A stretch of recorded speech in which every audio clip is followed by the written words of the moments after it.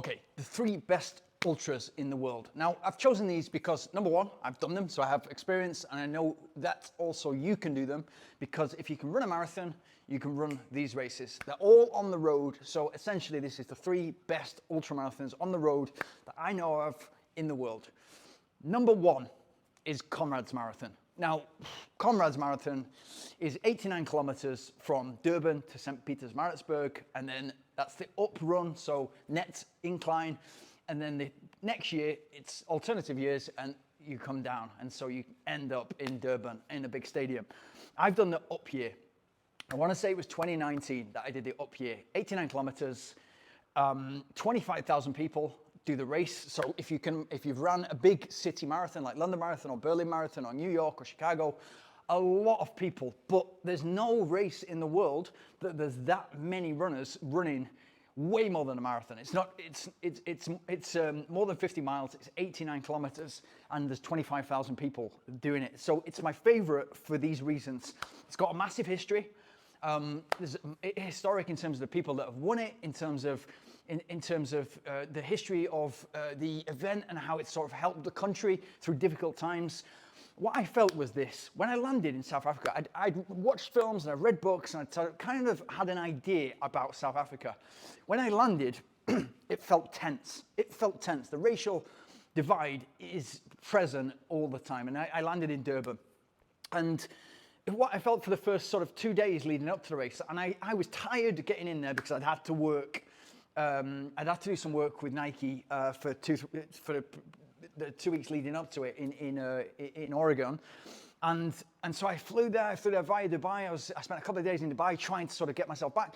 Landed in Durban, and literally as soon as I landed, I felt that people were treating me like I was a white person. I'd never felt that before.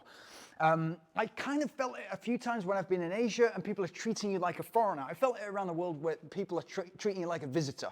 But I never felt as if people were treating me differently because I was white. And I definitely felt that when I landed in South Africa. And that might be me being naive, me being lucky from the different places that I've traveled in the world. I've lived in 8-9 different countries.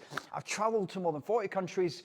I never felt anything like that. But the great thing about Comrades Marathon was on the race day, and I'm talking about situations like I've been told not to go out of the hotel or not to go far from the hotel.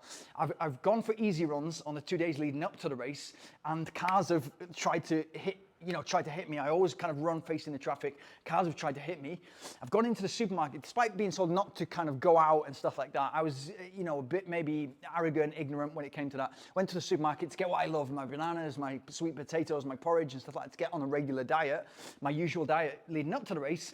And I'd walk towards people working at the supermarket, and then all of a sudden there'd be this, people were looking at me wrong. I thought you were supposed to be providing a service to me, and I'm walking towards you, and you look as if you hate me. And then I'd open my mouth, and it wouldn't be a kind of a South African accent. Then they'd be really warm to me, and it was just a strange feeling.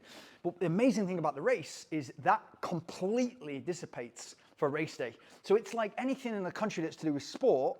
The differences are set apart, and everybody comes together. And so throughout the race, despite those experiences in the days leading up to, on the race day, black and white people were supporting me, like verbally supporting me. And I remember kind of getting to like maybe 65, 70 kilometers.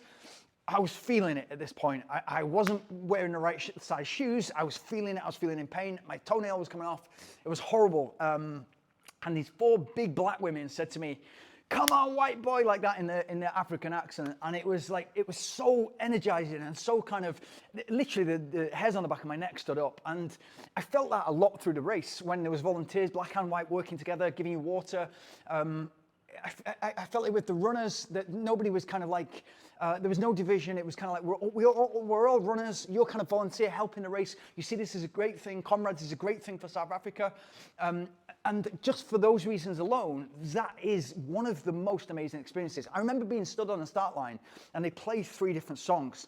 One must be like the national anthem of South Africa, but one is that song that you hear in Victor, I think it is, with Matt Damon about rugby, and with Morgan Freeman, who plays Nelson Mandela. And that song, I heard people were singing it, and again, the hairs were stood up. I had goose pimples. It was an amazing and very emotional experience. And then to go off in that marathon, I was kind of like 1 row or 2 rows back, maybe no, 1 row back, just on the second row.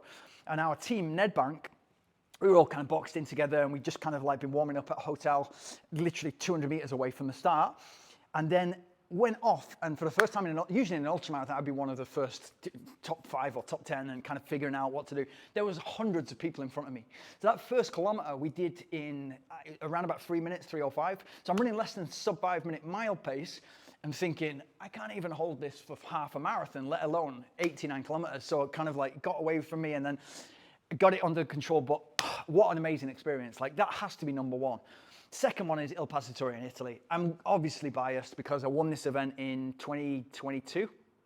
And again, like, it's Firenze, Florence to Faenza, across the mountains, 100K, basically 35, 40K flat, undulating a little bit, 10K up, 10K down, 40K flat.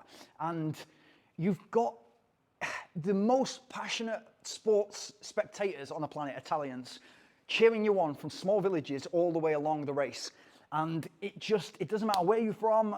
Obviously, they're supporting their own people. They want an Italian winner. They ideally want a winner from Firenze or from Faenza or from the province. But they cheered me on like I was a brother. And it was just an incredible experience in terms of just as well organized as comrades. Just the level of passion for the race is insane. The history is there. It's amazing. If you can get there, it's very easy to get to. You fly into Bologna or Florence. It's easy to stay. Everything's logistically very easy. And there's about 3,000 people, 4,000 people in that race. Number 3, it is number 3, but I've done this race, I want to say 8 times. I've won it twice. I've got the 2 fastest times. It's Subito a Pico Valletta. It's 50 kilometers uphill. You start from Granada, which is my favorite city in the whole world. You're in the most beautiful part of Spain, the south of Spain. It's insanely beautiful from the city level at 800 meters, 800 meters, all the way twisting up through switchbacks, through forest, and then kind of high altitude up to 3,300 meters on top of the most beautiful mountain in Europe for me, on top of Valletta. And it's a road race all the way up. So you can, if you can do a marathon, you can do this race. It's a hard race. It doesn't suffer any fools. You've got to do your homework. It's relentless. It's 40 degrees, 45 degrees in the middle. It starts at 7 o'clock in the morning. It's dark for the first 45 minutes. You've got the relentless gradient that is, you get nothing for free in that race. And then you've got the altitude to play with, and then the cold at the top, because you're often running through snow because the snow still hasn't melted yet from winter. It could be more than third in my top 3, but those 3, if you get the chance, and if you can, like, forget all this kind of World Series and UTMB and stuff like that, those are great too. Running races are always great, but if you want 3 amazing races that you could do and you could train for with 3 to 6 months preparation, those are the best races in the world. Those are the best ultra races in the world.